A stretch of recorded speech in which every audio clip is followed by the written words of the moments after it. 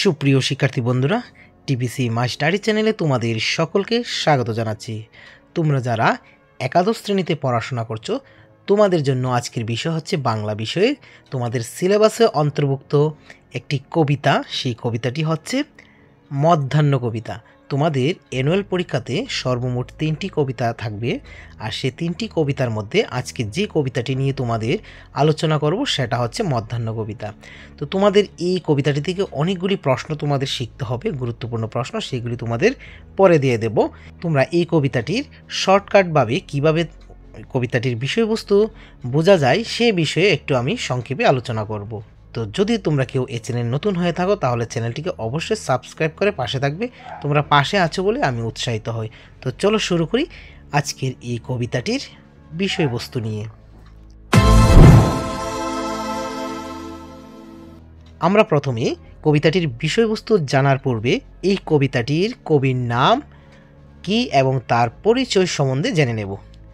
এই মধ্যাহ্ন কবিতাটির কবির নাম হচ্ছে অনঙ্গমোহিনী দেবী। তো কবির পরিচিতি সম্বন্ধে আমরা জেনে নেব। তো তোমরা দেখো, তোমাদের জন্য আমি তৈরি করেছি, এটা শিখলেই পরীক্ষার জন্য যথেষ্ট সুন্দর উত্তর। শ্রীমতী অনঙ্গমোহিনী দেবী প্রাক স্বাধীনতা যুগের কবি। তিনি ত্রিপুরার প্রথম মহিলা কবি। তার জন্ম 5ই ফাল্গুন 1270 বাংলা, 20 ফেব্রুয়ারি 1864 খ্রিস্টাব্দে। তার পিতা ছিলেন ত্রিপুরার বাংলা সাহিত্যের পৃষ্ঠপোষক ও সংস্কৃতিপ্রেমী মহারাজা বীরচন্দ্র মাণিক্য। পিতার উৎসাহ ও অনুপ্রেরণাতে সাহিত্য অঙ্গনে প্রবেশ করেন। ত্রিপুরার রাজ পরিবারের সঙ্গে কবিগুরু রবীন্দ্রনাথ ঠাকুরের ছিল দীর্ঘদিনের একটি আত্মিক বন্ধন ও হৃদয়ের যোগ। এমন একটি পারিবারিক পরিবেশে অনঙ্গমোহিনী দেবীর কাব্যচর্চার সূত্রপাত হয়। সেই অনঙ্গমোহিনী দেবীর লেখা 3টি কাব্যগ্রন্থ প্রকাশিত হয়। গ্রন্থগুলি হল কণিকা, শোকগাথা ও প্রীতি। তো অনঙ্গমোহিনী দেবীর প্রথম কাব্যগ্রন্থের নাম হচ্ছে কণিকা। সেই কাব্যগ্রন্থটি প্রকাশিত হয়েছিল 17ই পৌষ 1311 বাংলা, 1898 খ্রিস্টাব্দে। এই কাব্যটি তার পিতা বীরচন্দ্র মাণিক্যের উদ্দেশ্যে শ্রদ্ধার্ঘ্য অর্পণ করা হয়। সেই অনঙ্গমোহিনী দেবীর মৃত্যু কত সালে হয়েছিল? যে অনঙ্গমোহিনীর কথা আমরা বলছি সেই অনঙ্গমোহিনী দেবী ঊনবিংশ শতাব্দীর কবি, ত্রিপুরার প্রথম রোমান্টিক কবি। ওনার হাত ধরেই রোমান্টিক গীতি কবিতার সূর্য উদয় হয়েছিল। ত্রিপুরার নারী সমাজের সাহিত্য চর্চার ক্ষেত্রে তিনি প্রথম অবদান রেখে গেছেন। ওনার মৃত্যু হয়েছিল 28শে বৈশাখ 1325 বঙ্গাব্দে। ত্রিপুরার এই মহিষী কবির জীবনাবসান ঘটে। তো আমরা এই পর্যন্ত জানলাম সংক্ষেপে অনঙ্গমোহিনী দেবীর পরিচিতি সম্বন্ধে। তো আমরা এখন জানব কবিতাটির উৎসগ্রন্থ এবং কবিতাটির বিষয়বস্তু সম্পর্কে।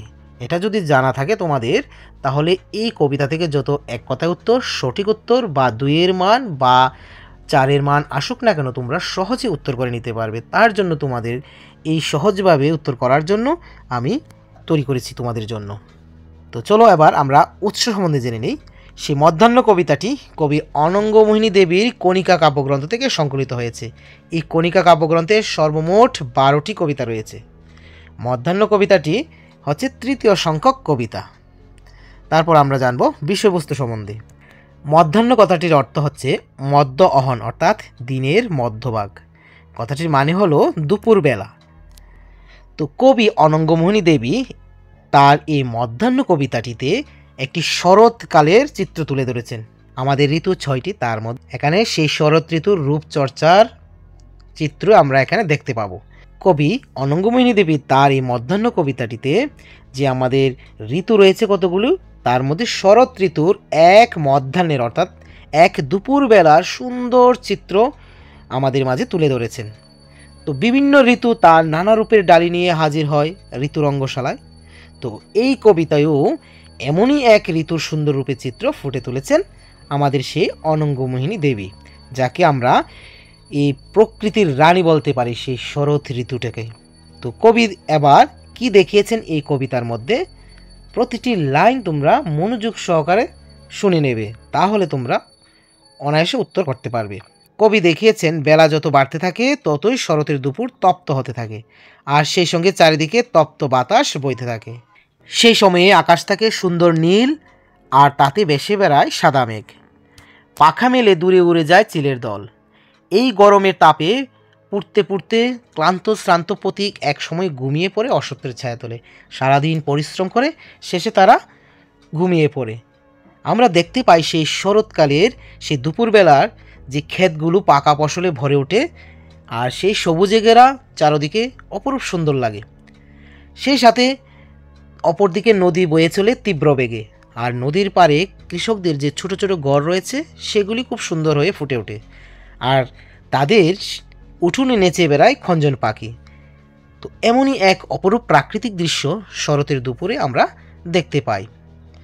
আবার অপরদিকে আমরা দেখতে পাই বকুলের ছায়ায় বসে শীষ দেয় দুয়েল পাখি মিষ্টি সুরে, আর মাছরাঙা পাখি নদীর তীরে বসে এক দৃষ্টে ঢেউ গোনে যে আবার মাছ কবে তারা তুলে নেবে।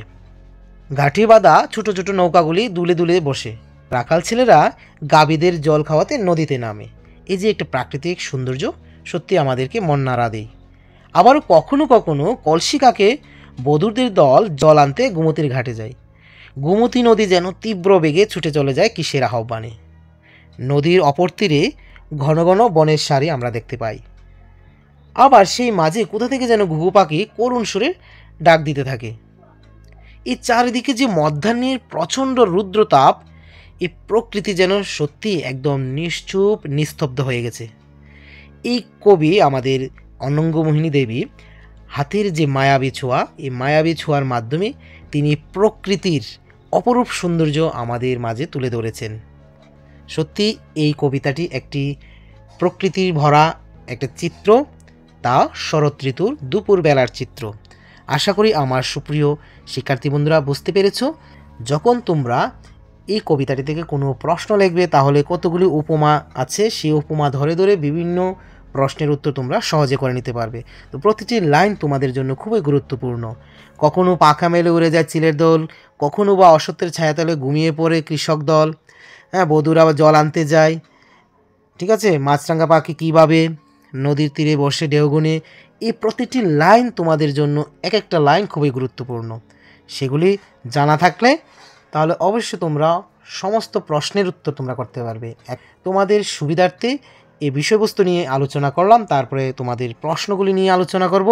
আজকের এই আলোচনা এখানেই শেষ করছি। তো তোমরা এই চ্যানেলে যদি কেউ নতুন হয়ে থাকো, আবারও বলছি চ্যানেলটিকে সাবস্ক্রাইব করে পাশে থাকবে, পাশে থাকা বেল আইকন প্রেস করে দেবে, এবং তোমরা তোমাদের বন্ধুদের সঙ্গে এই ভিডিওটি অবশ্যই শেয়ার করবে। তোমার শেয়ারের মাধ্যমে অন্য বন্ধুরা এই ভিডিওটি অবশ্যই পেয়ে যাবে। তোমরা এই আলোচনার মাধ্যমে যদি কিছু বুঝে থাকো তাহলে আমি নিজেকে ধন্য মনে করব। আবার পরবর্তী সময়ে আরেক ভিডিও নিয়ে আসছি। তো ততক্ষণে তোমরা ভালো থেকো, সুস্থ থেকো। Always by the side of the students. Thank you.